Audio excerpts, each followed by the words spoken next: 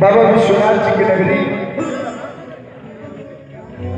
बनारस के पावन धरती पे आज हमारे भाई बड़े भाई किशन पांडे जी के जन्मदिन के अवसर पे जितना लोग भी उपस्थित हुए बा सब लोग जान पहचान के है, एक से बढ़ के एक राइटर, एक से बढ़ के एक सिंगर, एक से बढ़ के एक हीरो, साथ ही जितना गार्जियन लोग उपस्थित हुए बानी, साथ ही मंच पे उपस्थित हमारे सब म्यूजिशियन कलाकार सही सब लोग के स्वागत अभिनंदन बस सब लोग के बार बार प्रणाम करते हैं।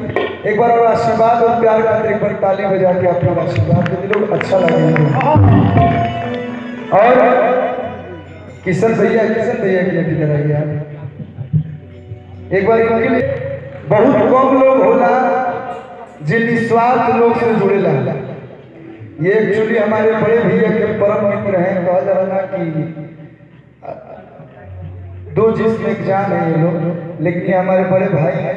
और निस्वार्थ ये और विनय भैया, चाहे बनारस में कोई भी कलाकार आवे, हमने के तो बनारस के 13 साल से हम बनारस में रहते हैं, लेकिन बाहर से भी कोई भी कलाकार आवे जो इज्जत और सम्मान आप और आपका पूरा परिवार देता है। भगवान करस कि आपके जौन भी सपना हो के जौन भी मनोकामना हो के बाबा विश्वनाथ जी पूरा करस और ये प्यार दुलार ऐसे बनाए रखिए। आपके जन्मदिन के अवसर से हम सभी लोग भाई जुटते रहे, सभी लोग अच्छा अच्छा भोजन खाते रहे और आपको मिस करते रहे। और थोड़ा सा लेट हुई इसके लिए सॉरी, माफी चाहिए। बहुत कम दिन बा हमारे जीवन में अच्छा अच्छा काम करके बिजी रहने। हाँ आई एगो छोटा सा माता जी के प्यारा सा भजन एक बाद मैं भाई लोग वालों हमारा समय